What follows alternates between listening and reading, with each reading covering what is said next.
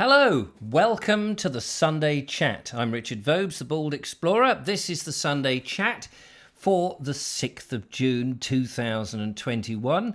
And you're very, very welcome. It's my chance to sort of catch up with you guys and let you know things that have been happening in case you've missed out on bits and bobs, and also bring you up to date with things that are happening in the future and whatever else occurs to me that is important to share with you. You'll have to excuse my very jazzy shirt. Many people will recognise it from previous year. Walking around as the sun is shining, short-sleeved. I've had many jokes about the Q code. Yes, snap your phone at it and you can get an interesting Q code website address, I guess. But anyway, there we are. Anyway, as ever, I've got a list of notes here to go through, so we will crack on. And first thing is, now I've mentioned this in a Vogue show, but I want to mention it in the Bald Explorer because I know that not the same audience follows me on everything that I do.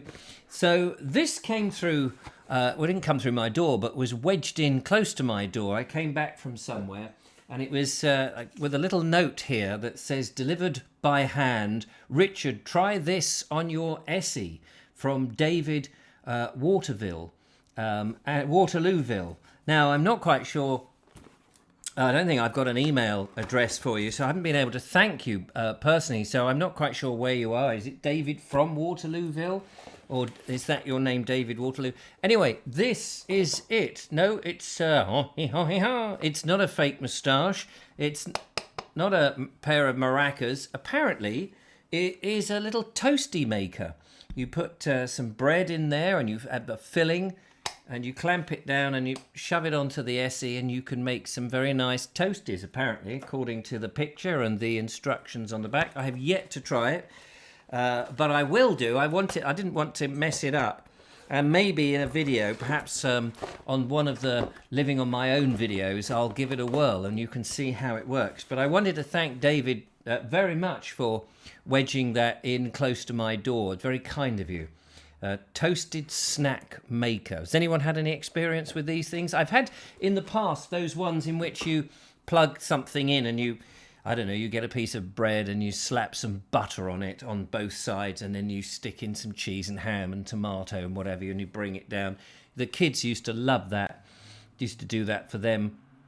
So yeah, that would be very nice little try out. So if anyone's got any recipes and things, do send them in and I can give them a whirl. Presumably you could do savoury as well as sweet with a device like that. So that would be interesting. I will do it, shove it in a video, and we'll see how it goes. So thank you very much, David, for that. Now, so that's that. That's brilliant. I've tried to buy I did buy a new camera. I wanted to get a different camera, so that when Julia, Joe, and I are out and about, we have a camera that we can throw to one another, not literally, but we can pass to one another, that is very easy to use, that you can just set it on automatic, a bit like the old GoPro, only I'm not a great fan of the GoPro. I mean, I've used the GoPro, and the beginning of my channel was, of the daily videos, was all done on the GoPros on a gimbal. And you'll hear me, I think they're great action cameras, and I don't think they're that good a vlogging camera because they're fixed lens, everything's in focus, you can't zoom in. Very often the microphone doesn't have a proper plug to plug in a microphone. It's all a bit complicated, and I always get problems. Whenever I use the GoPro, it seizes up. Sometimes you have to open it up and take the battery out. I don't like the colours. But out of necessity, I have used them. And I used them the other day when we went to Brighton, that and a combination of Julia and her camera. But I've been looking for a relatively cheap but good quality camera that is fairly idiot-proof in the way that the GoPro is, that I can throw it to Julia, she can throw it to me, we can film each other, and it's got to have good stabilization, it's got to be good quality footage, it's got to have a microphone input, I've got to have a hot shoe so I can do all that, and it's got to have a lens that I can zoom in so that I can, on the go, and it needs to be small and portable. So I'm not asking a lot, but I did buy an Olympus camera, which I read and saw reviews about. thought was going to be great. Turns out, in actual fact, wasn't as good as I was expecting. So I've had to send that one back. I made a couple of videos with it, and the quality is okay, but not for the price range that I was expecting. You can get far better cameras for that price range. But Olympus have one thing they're very good at is stabilization, and so that was it. That and autofocus. So they're the two key things, but obviously I need a flip out screen, and as I say, I want a microphone input and various things, but that particular model wasn't good. But I want it to be relatively simple so that one hasn't got to faff about with all the settings, and also you can hand it over to Julia. She doesn't got to worry about it, especially if she's got to keep one eye on Joe as well. But one step up really from a GoPro would be good. Anyway, I've sent the camera that we came back. They're going to give me the money back, so the search goes on. It's because sometimes, every now and again, I do like breaking up the format. Just every now and again, with something funky and a bit silly and a bit daft and a bit of a like when we went to Brighton the other day, and that sort of thing. So I'm open to ideas. If you've got ideas, a few people have suggested some cameras, so that's very kind of you. I've been looking at them. I'm in no huge hurry, but it would be handy to have something so that we can have that in the armory and whip it out when we need it. It just makes sometimes filming.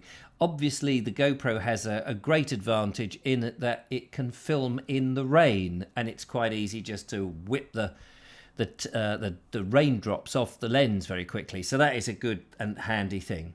Anyway, so just thought I'd bring you up to speed with that. On the lookout. However, I'm very happy with the other cameras that I've got and the lenses I've got, and for 95% of the output, I'll be using my trusty cameras. It's just always nice to have something for those slightly different type of videos that I'd like to do. So, I want to tell you about some books that have been sent in to me. Now, I've mentioned them before, but there's a reason behind all of this. Firstly, I have recently finished this book, which I've been talking about for a while, The English Landscape in the 20th Century by Trevor Rowley, or Rowley, not quite sure how he pronounces his name, but I am going to find out soon because I have set up an interview with the author. This is a remarkable book, in my opinion, and very important for the Bald Explorer and the stuff I do, because he talks about the amazing changes, the most dramatic changes that have happened in the last 100 years. And it's a real eye-opener. Just plonk it down there. It's a real eye-opener on the changes that we have and see all about us that we may not have thought about. So I'm going up. He lives in Oxfordshire, so I'm going to go up there in a few weeks' time and interview him about the book and about his thoughts on the changes of the landscape. Because I know there's a lot of people who agree with me, and quite a few that disagree when I'm looking about at the landscape and making the observations that I do. In my fear that we are concreting over so much of it, and that we are, or in theory, we should be the custodians of this landscape. In our short lives, we should be able to pass the land over to the next generation. And if we keep building on it, once you've done that, it's gone. It's just gone. You can't pass over prime farmland once you've built on it. Because it's not going to give you any crops. So for me, that's a huge worry, but I'll discuss that more and more, no doubt, in the videos. So I've finished that book, and I read several books all at once. I'm reading some other books at the same time as that, but I just thought I'd let you know, really, that I'm setting up an interview with the author, which will be fantastic. I've had some other books sent in, and when people send in books, I do feel that I am obliged to read them, and I do want to read them. So I've got these on my reading list at the moment. So this book here is The Wood by Christopher Dobson, and this is the one I've started now. I love it, absolutely love it. Beautiful book about a wood throughout the year. And it's in East Sussex, this particular wood. So it's a local wood. And maybe I can get down to visit the actual wood, or at least the area, and explore it. beautifully written, and I'm thoroughly enjoying it. So that's one of the ones. No doubt you'll hear me waffling about it in one of the videos. This is another book that one of my lovely viewers have sent in, The Railway Navvies. I should be fascinated to learn about how the railways were put together and the people behind the railways and who they were, because very often on my walks I may go on a little bit of an old railway that's now disused, that obviously was originally built, or cross it or what have you, or you'll see railways. So it's always good to have that general knowledge to be able to talk about a little bit of something as you go on the travels. And finally, this one I'm very much looking forward to. Again, this is about two Sussex boys who go off in search of fame and fortune, I suppose, in the £2 tram. Desperately want to get on to read that one as well. So 3 books to look forward to, and maybe when I've read them I'll give you reviews on what I think, and whether it's worth you reading them if you're that way inclined. So that's all that. In the recent video, you may remember when I went to Brighton with the lovely Julia. I went off because I know a number of you have been moaning and saying, "Oh, Richard, what's that white thing in your glasses?" Well, it's a piece of tissue that's been holding these glasses together for years. They started to fall to bits. But glasses and me are something which are very difficult to change. I'm always anxious that I don't get the prescription changed too much, that I don't get stronger lenses when you don't need it. My experience has been that every time you go to the optician, they always give you a stronger pair. And the thing is, when I lost my eye for 4 years, I learned a hell of a lot about how the eye works. And the eye is an incredible thing. And that it is possible to restore your vision if you're short-sighted, only you really have to dispense with the glasses, which in this day and age is almost an impossibility if you are dependent on them. So I have been dependent. I haven't been able to do all the techniques that people like Dr. Bates, who was, I think, in the 1920s, a practitioner who had discovered a way in which to cure myopia. But I haven't been able to do that. But by resisting changing the lens, I've noticed that some days these glasses are very sharp, and on other days when my eyes are tired, because the eye is an organ and it's organic, it isn't fixed like the lenses are fixed. And so I don't want to have a prescription that is always fixed by that day that you went to the opticians and looked through it. Because if you were tired that day, it's possible that you could end up with glasses which are just that little bit too strong for you. And it forces your eyes then to adjust to that prescription as opposed to one that's perhaps a little bit, that's more flexible. I don't expect you to understand all of that because I haven't got time to go into it. But anyway, went to Brighton and spoke to a very nice chap. This is Specs in Brighton, which is run by a chap called Will. Haven't met Will, but apparently he's been watching some of the videos that we do. And he very kindly said, if you come in, we'll look after you. So expect, I think, sometime next week, I should be picking up my new glasses. They're going to look very similar to this. Some people perhaps will not even notice, but there won't be this little white piece of tissue in there. So it's not a completely new look for the old Vobes. So you'll be pleased about that. Sussex Border Walk. Yes, I know I've been promising to get back onto it, and I know that I have failed.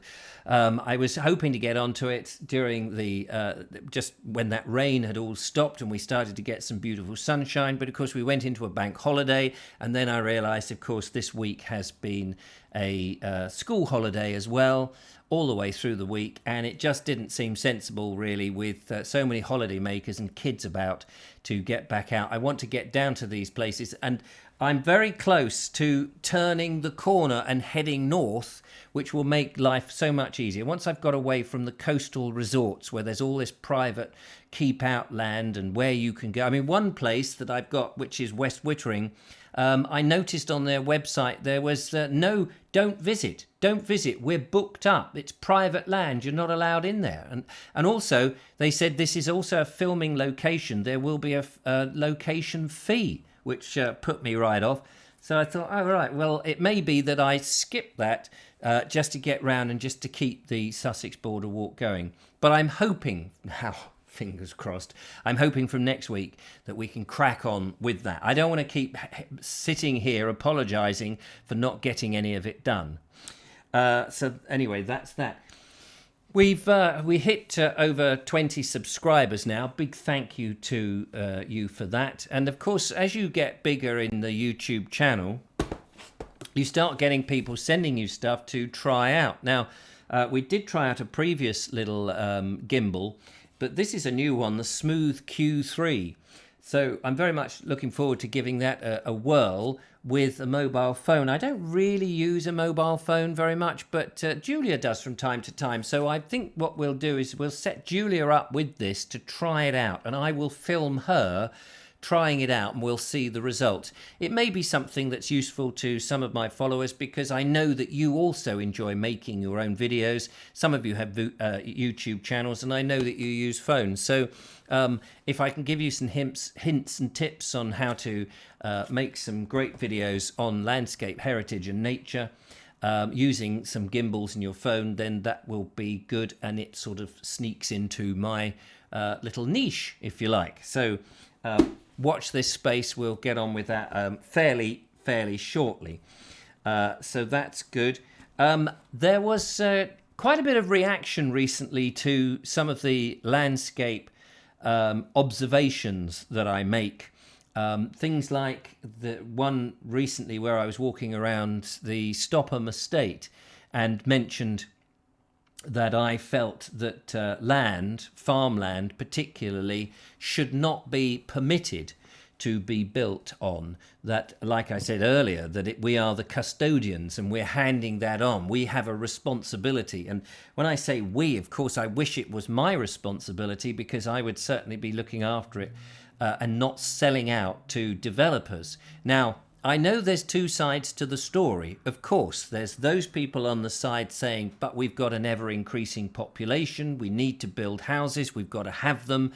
And then there's those on perhaps my side of the argument that says, why do we have to build them on prime farmland in rural areas, particularly down here in Sussex, where I am, where you're going to shove in 300, 3,000, whatever the number is, houses, and not build all the other infrastructure that goes with it, and try and put in almost like instant towns.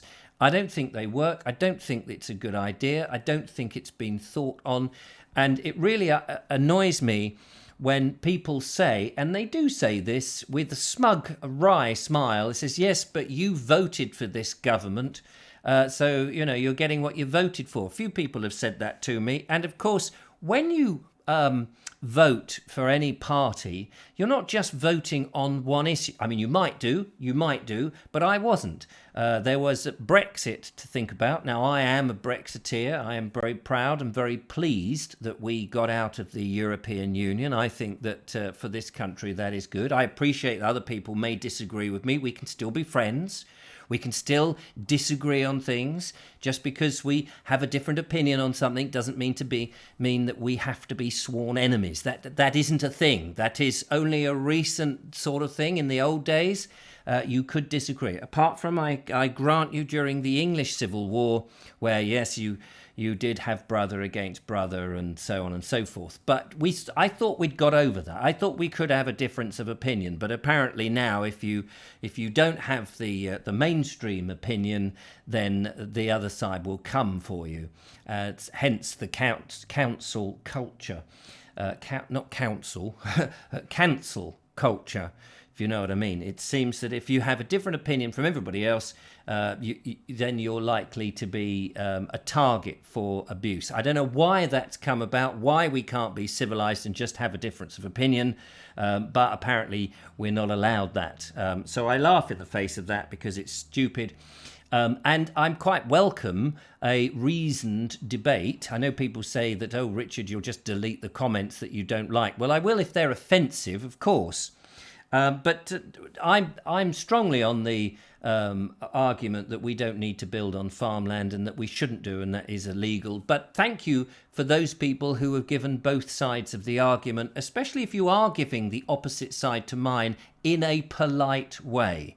Then I don't mind that. It's when people are very abusive and start calling people's names, that's when I start to delete those comments. Anyway, I will be out and about, hopefully doing some more landscape, heritage and nature, trying to keep this channel away from the politics unless it happens to be about those particular subjects.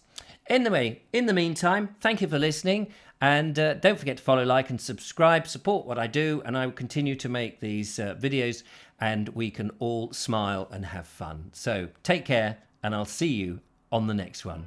Bye-bye.